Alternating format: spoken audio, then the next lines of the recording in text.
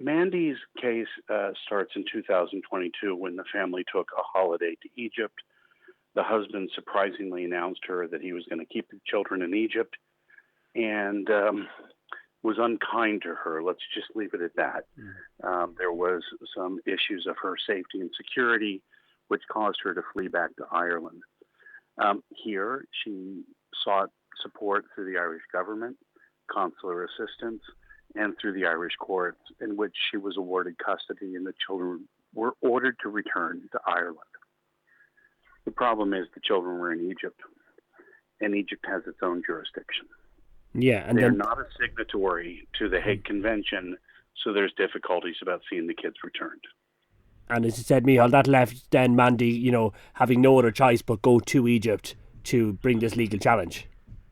Well, there really was no other choice. And it's not that Egypt was being difficult. This is the law around the world. When you have two different jurisdictions, at some point you have to decide which one is the best for you to enter. Ireland was very supportive of her.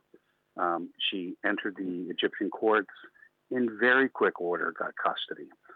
In 40 years of experience, I've rarely seen a country open their courts so kindly, expeditiously. They were very understanding, and they expedited it. If anything, I have praise for the way Egypt's handled this. And Micheál, maybe would you maybe tell our listeners maybe a bit about your role then, so far and in this situation, and I suppose it's a current role at the moment. Sure. All of these issues of international child kidnapping are generally approached from a multi-track method: political, diplomatic, legal, and through negotiations. Obviously, if you can get two people to agree, it's much quicker and cheaper than the courts. Unfortunately, her ex-husband hasn't been very cooperative. Egypt has designed a very unique and helpful instrument. It's called the Good Intentions Committee.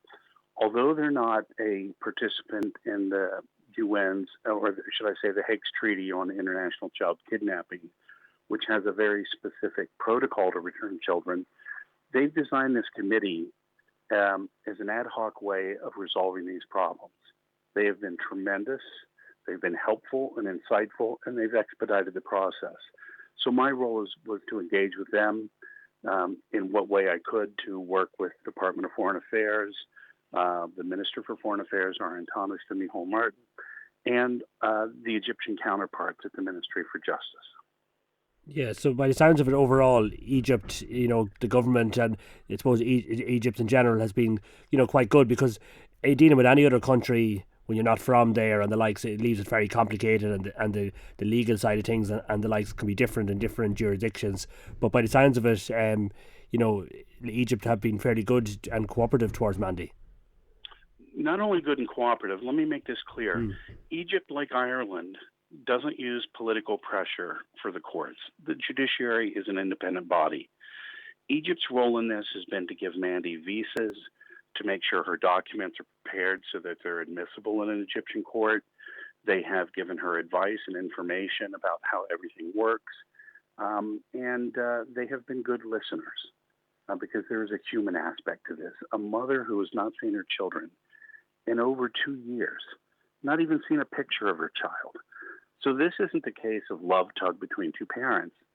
It's about one parent holding themselves above the law, thinking that their love and their wisdom is better than everybody else's, and depriving two children of a good, fit, and loving mother. That will have a lifelong, profound impact on those two children. Egypt's understood this, and they've been very supportive. Their judiciary,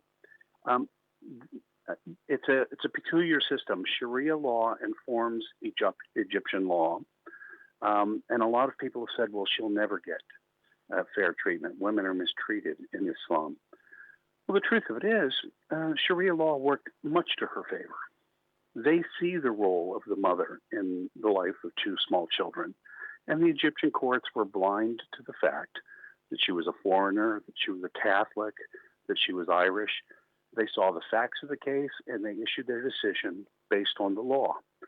Yeah, and Micheál, we know for a long time period of time now, Mandy has highlighted this, the case here in Ireland, and the Irish government would be very familiar with it, and the likes of Micheál Martin, Minister for Foreign Affairs, they've been doing, I suppose, what they'd probably say their utmost, to highlight this and do what they can, to have a good resolution to this whole situation, really.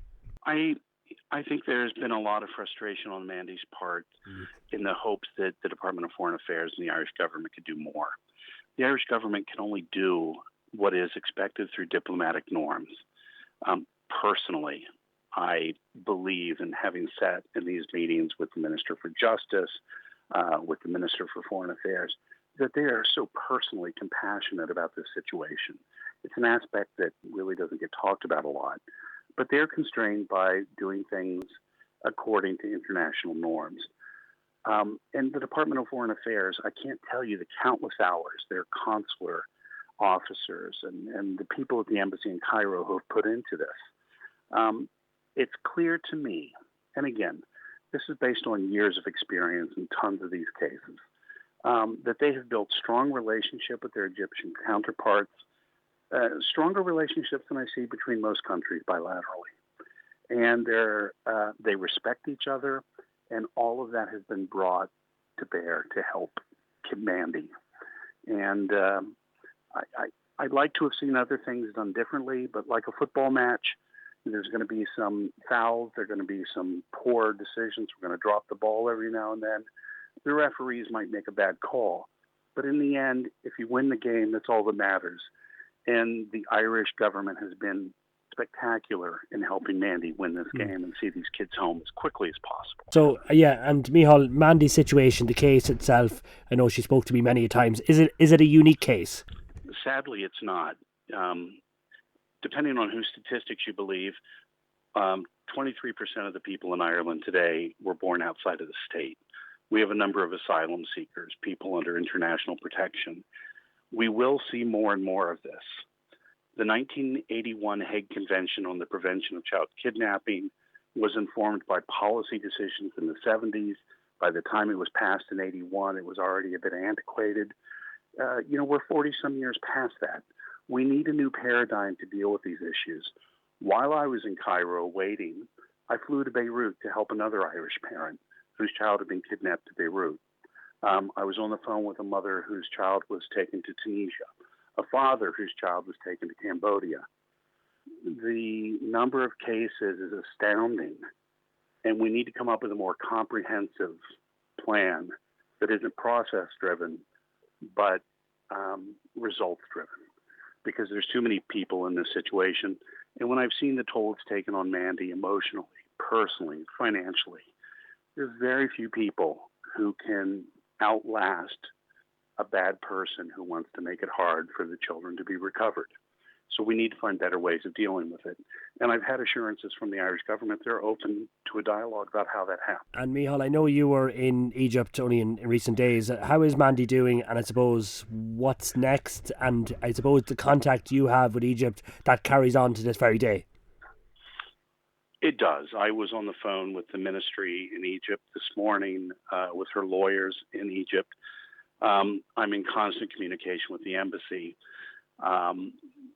This process will have to will out when the children are found. The husband has moved them from location to location. He's not where he's told the court he should be. So the Egyptian authorities will do their job in due course to find him and implement the court's order. The court's order is that Mandy should have custody. And they will see that done. It's a country of law and order. And I have trust and confidence in our Egyptian partners. I really do.